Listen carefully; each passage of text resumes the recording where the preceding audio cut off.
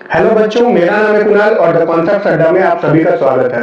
Last video में हमने देखा था जब भी हम लोग क्वाड्रेटिक इक्वेशन के ग्राफ को प्लॉट करते हैं तो एक पैराबोलिक शेप बनता है और वो पैराबोला एक्स एक्सिस को जिन पॉइंट्स पे कट करता है उन पॉइंट्स का जो एक्स कोऑर्डिनेट होता है वही जीरो या रूट्स होता है। तो जब भी पैराबोला बनेगा तो तीन केसेस एराइज होंगे। इस वीडियो में हम वो तीन केसेस ही देखेंगे। तो आइए वीडियो को स्टार्ट करते हैं। केस फर्स्ट जो बनेगा वो होगा case first, the graph curves the x axis at two distinct points.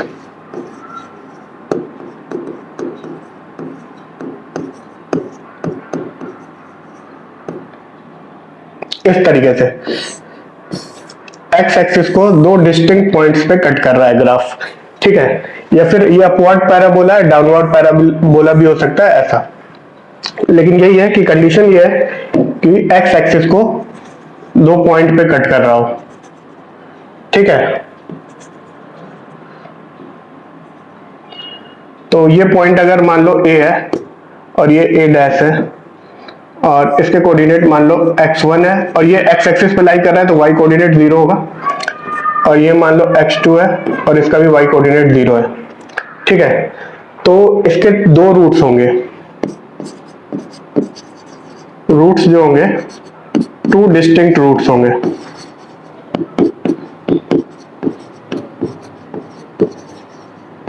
ठीक है। दैट इज क्या क्या होंगे, x1 और x2, ठीक है। दो डिस्टिंक्ट रूट्स होंगे x1 और x2। सिमिलरली यहां पे भी होगा, ठीक है। तो पहला केस तो ये हो गया। अब दूसरा केस डिस्कस करते हैं।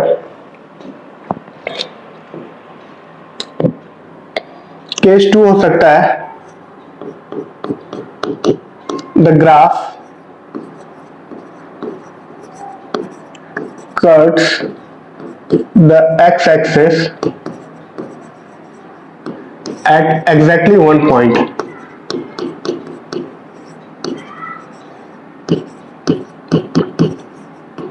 कुछ इस तरीके से, सॉरी, ये ऐसे एग्जैक्टली वन पॉइंट पे यहाँ पे कट कर रहा होगा, ठीक है। एग्जैक्टली वन पॉइंट पे यहाँ पे कट कर रहा होगा। तो ये ग्राफ ऐसा हो सकता है, अपवर्ड या फिर डाउनवर्ड भी हो सकता है और किसी भी क्वाड्रेंट में लाई कर सकता है, ठीक है। ये तो मैं ऐसा ले रहा हूं कि जैसे ये थर्ड और फोर्थ में लाई कर रहा है, ये फर्स्ट और सेकंड में लाई कर रहा है। कुछ भी हो सकता है, ऐसा भी हो सकता है, ये यहाँ पे एक जगह कट करा हुआ, दो जगह नहीं, सिर्फ ऐसे टच करते हुए निकल रहा होगा, ठीक है। तो कुछ भी हो सकता है, किसी भी क्वाड्रेंट में हो सकता है। फिलहाल मैं उसे रब कर रहा हूं।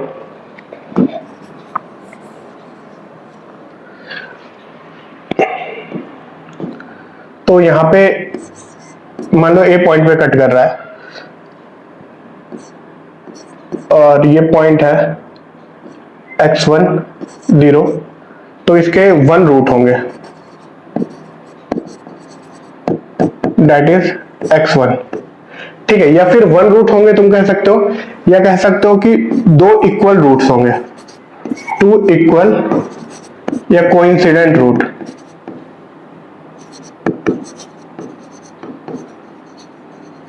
ये भी कह सकते हो, क्योंकि क्या हो रहा है कि देखो ये केस जैसे है, इस केस में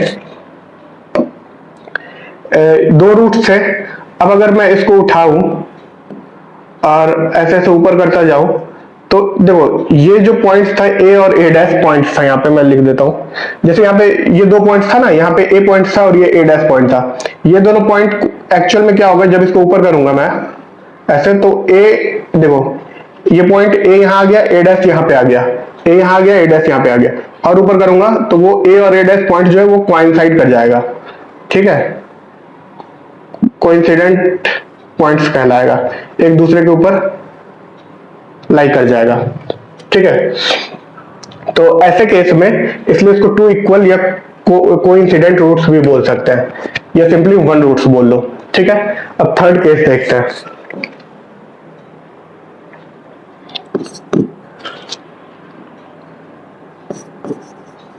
केस 3 हो जाएगा द ग्राफ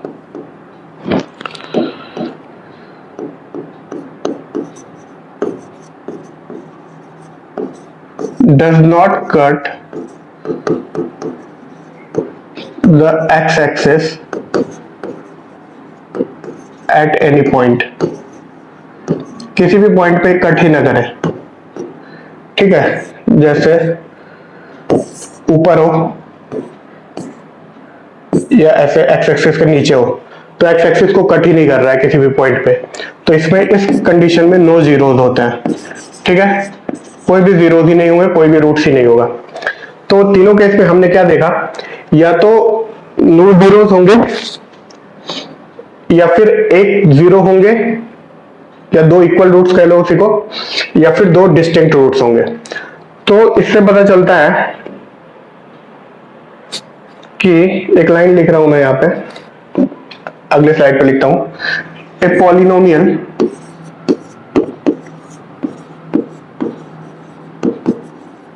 of degree 2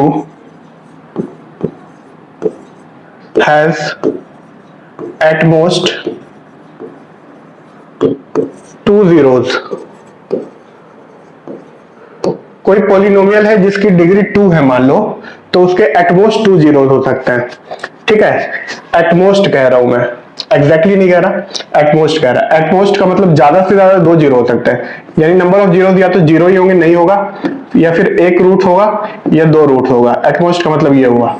ठीक है, या तो नो रूट्स हो गए, या एक रूट्स होगा, या 2 रूट्स होगा। तो आई होप आपको जो कुछ भी मैं समझाना चाहता था वो समझ आया होगा। वीडियो अगर अच्छी लगी है तो वीडियो को लाइक करें, एक छोटा सा कमेंट करें और हमारे चैनल को सब्सक्राइब करें। इस वीडियो को यहीं पे एंड करता हूं। Thank you, bye bye.